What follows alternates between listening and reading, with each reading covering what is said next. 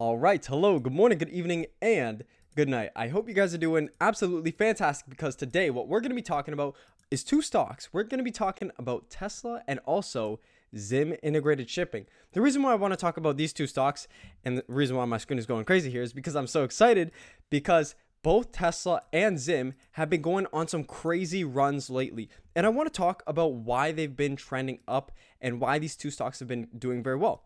And another reason is because both these stocks, for example, I invest in TSLY in my portfolio. And I also have ZIM. And ZIM could potentially pay a huge dividend if all goes well. I do think everything is going well. Freight rates are going crazy, and I want to talk about why exactly that's happening today. So if you're interested in TSLY, Tesla, or ZIM, this is the right video for you. So I hope you guys do enjoy. We're currently up to 5,260 subscribers, so please do subscribe if you haven't yet done so. Surpassed about 5,000 subscribers this month, so congratulations to us. But today we're talking about both Tesla and ZIM. We'll start with Tesla. So headline here, Tesla investors turn stock around. Robotax buzz heats up. I don't know what that means. Look, isn't it really funny? I look at Tesla as a company. Tesla is a fantastic company. They have the best electric cars in the world. They have all the charging stations. Literally, other electric car companies pay Tesla in order to use their charging stations.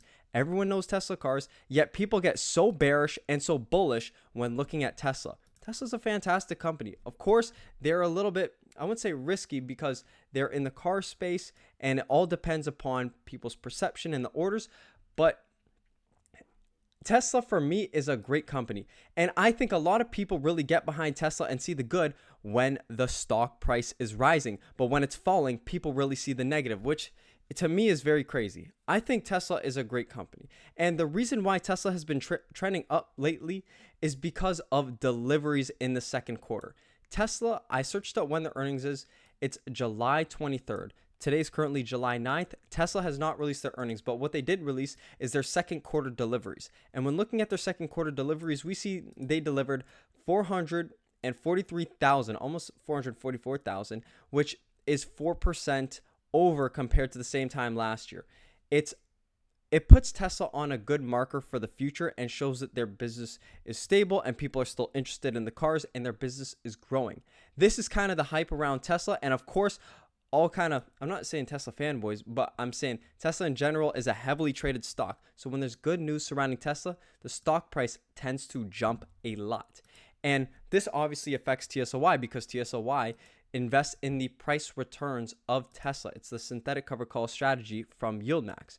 Now, it's not all rosy for TSLY because you could see here that although Tesla in the past month has run up probably about, we're looking like 30-40%, TSLY hasn't done the same. You're looking at maybe about a 20% run up here from about $14.16 at the low all the way up to a high where it paid out the dividend, which is at $17.74 roughly, and it's trended up to $17.17. But with Tesla rising so fast, it's actually not good for the YieldMax strategy, as I'm sure you guys are most aware if you guys watch my videos, because TSLY and any of the YieldMax funds, they cap their gains at a certain price. They cap their gains at about 15% gain in the underlying stock in a month, and that's due to the fact that they write these covered calls.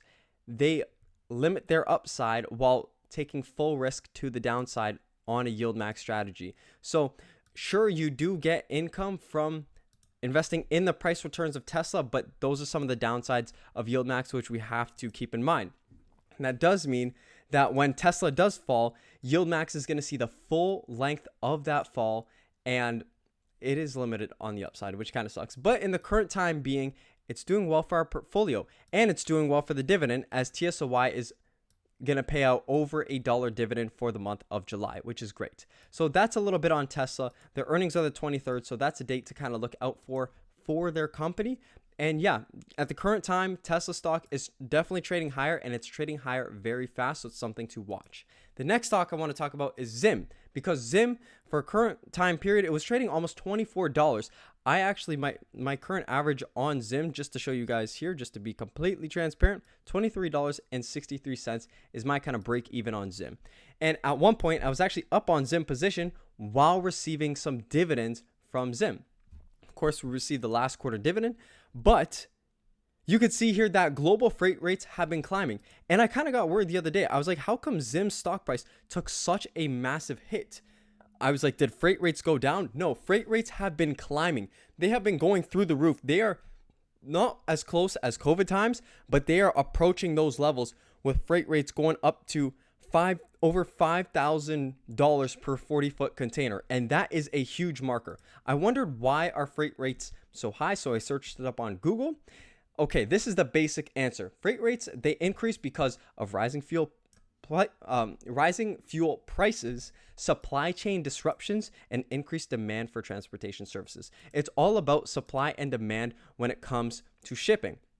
The reason why freight rates were so high back in 2022 was because there was so much demand and little supply, very little supply. But what I found here is that in the past couple months for 2024, ocean freight rates obviously have been going up, as we see here with the Freightos Baltic Index. We see demand going up, and one of the main things that kind of struck this high freight rate price is because of the Houthi attacks. Look, conflict in the Middle East is still not completely resolved, and in the Red Sea there is a very crucial trading kind of port and access port, and you can see it here on this Red Sea crisis diagram. You can see that if ships aren't able to access through the Red Sea, they're going to have to go all the way around Africa or around Asia potentially, which is a much longer route, and that contributes, of course, to the increase in freight rates. Now, obviously, I'm not a professional when it comes to freight rates, but this is some of the news that I found, and you could see here that prices, this was back in January, February, March and May. March and May on the Baltic Index, we had only about $2,000 for the Freightos Baltic Index.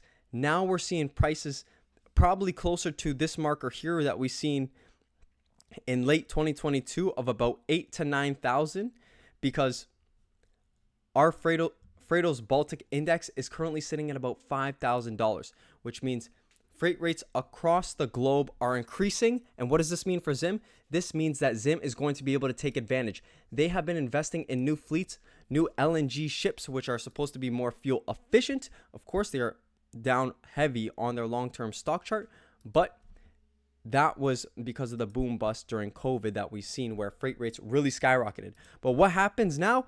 Freight rates are skyrocketing once again, and ZIM stock price is definitely one to look out for. It's one that I've stayed invested in. I have currently 41 shares, and I'm not selling my shares, because if freight rates continue to be like this, I almost guarantee you that ZIM's next dividend is going to be a big dividend, and that is why I wanted to bring it to you guys in this video. So today, we talked a little bit about Tesla. Just wanted to show you guys that Tesla's up if you guys aren't paying attention, and ZIM is also up and could potentially trend higher because freight rates are on the rise currently. Not sure where they're going to sit right now, but that's where they stand. So I hope you guys did enjoy this video. If you did, we're up to 5,260 subscribers. If you guys have any stocks that you guys want me to kind of go over, definitely mention in the comments. I am a dividend channel first and foremost. That's why we're talking about TSLY in this video, and ZIM potentially paying a huge dividend once again. I will keep you guys posted with anything that I see with these two companies, and I hope to see you guys in the next video.